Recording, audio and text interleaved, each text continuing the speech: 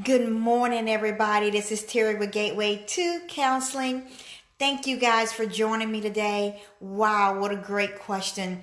I love this question because it doesn't have to do with some trauma event that occurred in someone's life.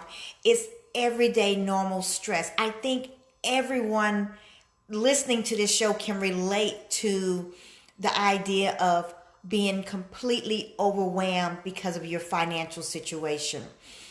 So today we're going to talk about a little psychology, we're going to talk about a little mental health, and we're going to talk about financial health, right? So let me start by saying I once worked with a client. She was 17, 18 years old, and her family was having a lot of financial stress, right? They couldn't make ends meet. They were cramped into a small apartment, on and on. And she wanted to drop out of school. She wanted to drop out of school because she felt like she needed to work to help her mother to support the family. And so she came to me, her mother brought her to me because of all the depression she was feeling. But guys, the reality was she had not a mental issue. She had a financial problem. She had a social problem. And that was causing her to have a mental problem. So my treatment was to try to get them the resources that they needed to help build their financial situation. And we did.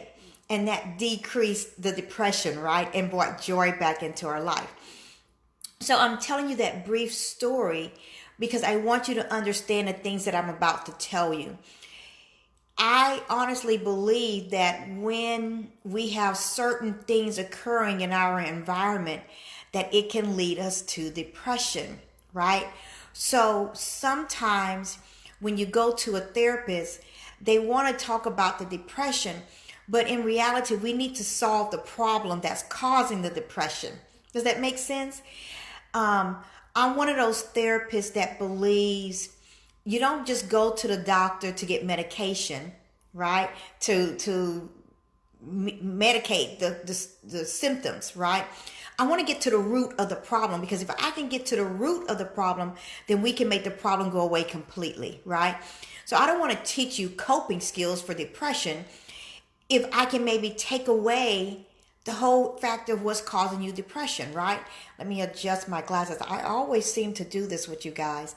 I have to adjust. All right.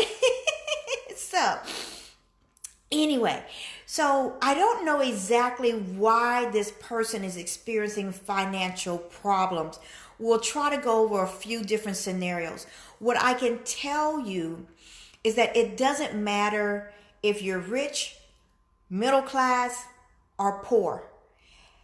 It doesn't matter if you're working class, blue collar, upper class. It doesn't matter what your status is in the financial world. Most people can go through financial stress normally because of their lifestyle, right? So I'll give you an example. I remember, oh boy. Okay, so some of you know that I do real estate, right? And I'm what's called a short sale expert. That means I know how to go in, work with a family or situation, and sell their home for less than what is valued at, and negotiate with the banks to get them to take less money. So that's what I'm an expert at. I'm a good negotiator, right? I'm able to see the problem, find a solution, and get everyone on board with that solution, right? And so I used to do that, and I'm still good at it, but I don't practice as much as I used to. My point is that I was working with a doctor who was losing his home. He had his own private practice. He was successful in his practice. He was extremely smart. He was brilliant. And yet he was losing his home. And that was devastating for him. Can you imagine being a successful doctor, you have a practice where clients are coming in every single day, and yet and still you're losing your home. How in the world can this happen in this day and age? Well, for many reasons. One is called debt. Most doctors that I know have an awful lot of debt, okay? And the debt comes from needing to take out student loans to go to college, to get their education, taking out loans for all kinds of things. And you guys know, to be a doctor, you're in school for a long time. I remember thinking about going for my PhD, and I was told that I would have to stop working for like 2 or 3 years. And so I weighed the pros and cons, and I weighed what I was able to do with my master's degree and what I would be able to do with my PhD. And they were pretty much the same, except with a PhD, I would be able to actually go into a university and teach and things like that, and maybe go further in that career. I didn't want to be a teacher. I love to teach, by the way. But I didn't want that to be my focus. I wanted to teach you guys, right? I wanted to work with clients hands-on, to teach them how to cope with life.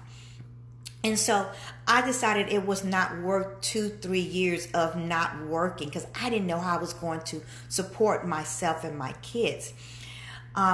So this particular doctor had taken out a lot of student loans, still has student loans, had tried to delay them, offset them, things like that.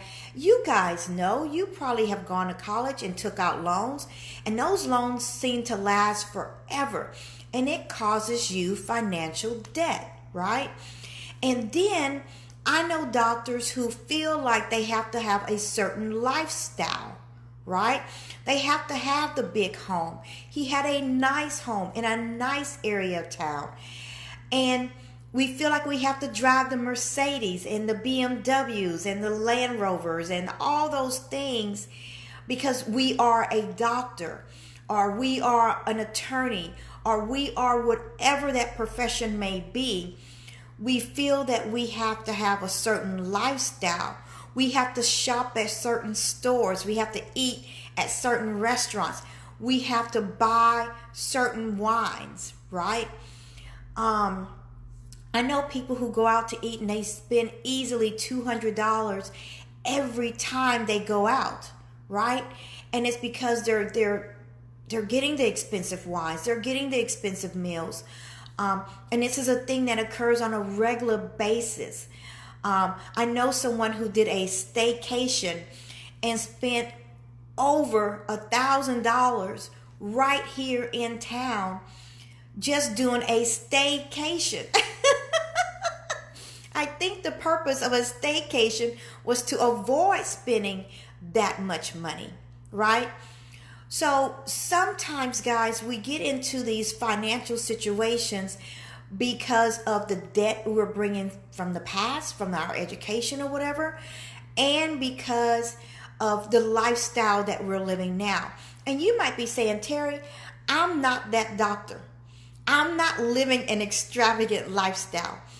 I'm just barely making it from one end to the next, right? I had a conversation yesterday with someone that I'm kind of like a mentor to. And he's in real estate. I'm in real estate. He has rental properties. I have rental properties. And we were talking about the affordability of homes here in the Houston and surrounding area. And we are experiencing a housing crisis in a sense. I see it. I don't think everyone else sees it. But we are experiencing an affordability issue. Let me explain what's happening, and then I'll help you understand how that relates to finances, right? So the entry-level home, the price of an entry-level home in the Houston area is now $252,000, right?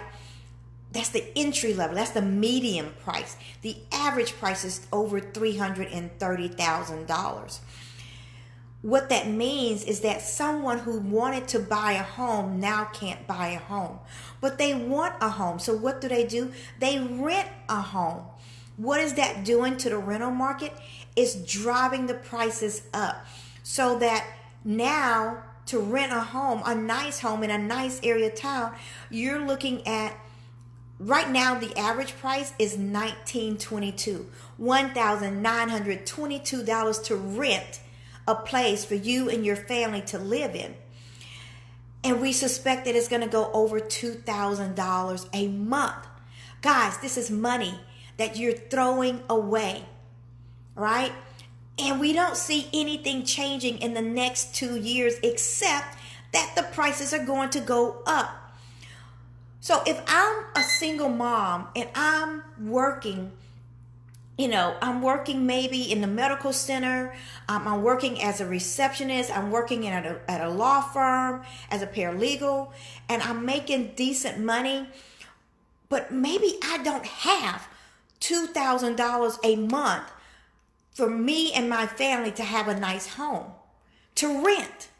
Do you see what I'm saying? And I also don't make the money to buy a home at $252,000, right? Is making people financially stressed. I had someone call me just yesterday, and she said, I want to rent a house. She's a therapist.